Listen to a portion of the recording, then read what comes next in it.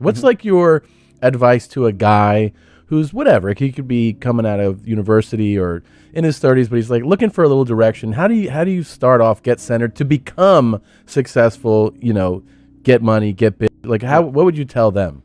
I can answer that question in so many different ways. There's like 10 different answers I can give. But I think truthfully, in the world we're living in now, I use this analogy a lot. Maybe I overuse it, but you need to find a way to some degree to escape the matrix. And I say the matrix because the matrix, the way it is designed. And you're not just talking shit because you've actually done that.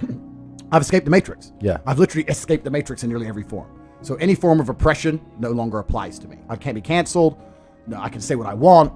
My finances are secure. I've escaped the matrix. And when I talk about the matrix, it primarily applies to men because men are the backbone of the slave force. We always have been and always will be. And unfortunately now, if you're a law-abiding man inside the matrix, your future and the life that is laid out for you is nothing but depressing. You're going to go to school, you're going to get in debt, you're going to get a job, you're going to get a wife, divorce is coming, you're going to lose the house eventually, your job's shit, inflation's outpacing your wages, you're going to work, no one's going to appreciate it, now you're old and your life's over. That is the matrix for 99% of men, and you need to find a way to escape it. And I guess I was kind of fortunate from a young age. I always knew that the matrix was coming and that the system is designed to oppress. The people who make the rules do not make the rules for the benefit of us. They make the rules for the benefit of the people who make the rules. And I knew that. And I think every person intrinsically knows that. Like if it's 4 a.m. and you're sitting in a gas station and a Lambo pulls up, you're probably thinking drug dealer or criminal. You're not thinking, oh, he definitely went to school. The system is absolutely broken. It's designed to oppress. And that the majority of people who stick to the rules are going to lose. I don't want to sit here on a podcast that goes out to this many people and encourage anyone to break the law in any form. Of course. But the idea of the law-abiding citizen has been decimated in real time. In the last 3 years ago, you could stand there and proudly say, I'm a law-abiding citizen. The last 2 years, if they have not taught you that being a law-abiding citizen is going to turn you nothing into a fucking experiment for Big Pharma, then you're an idiot. You can no longer obey the law. And I'm not saying you have to break the law, but you need to find a way to do what the elites do, which is bend the law. Yeah. You can no longer sit there and go, I'm just going to follow the rules and it's going to be okay. No, it isn't. And if you're a man, it's your job to find a way to not be sticking to those rules enough to escape the matrix and become free. Because what's actually most crazy about this period of history is that it's actually the easiest time in human history to become rich. And the reason for that is because there's so many people inside the matrix being destroyed. Money has to go somewhere.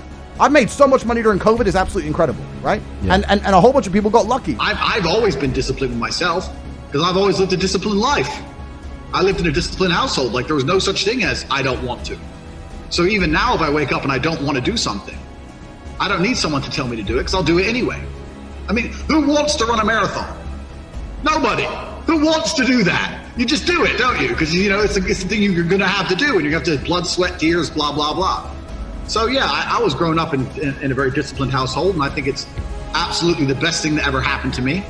And, yeah, that's it. I had a very, very good childhood. When I look at some of the stuff on Twitter about parenting and stuff, like in my household, I fucked up, I got hit, for example. Uh-huh. And I think that's a fantastic. I can't wait to kick my kid's ass when he gets fresh. I can't wait because that's the real world. The real world's going to hit you hard if you make mistakes, and you need to learn that there's boundaries you shouldn't cross, and you need to learn to, cause and effect. I love my upbringing from start to finish. Yeah, and it seems like it served you well. I get called a sociopath all the time and a psychopath all the time. I get called that, but I don't think people understand that there is a version of the world where you can feel things and really not give a fuck how you feel. Like if I feel sad, it does not change how I act, and it does not change the things I do.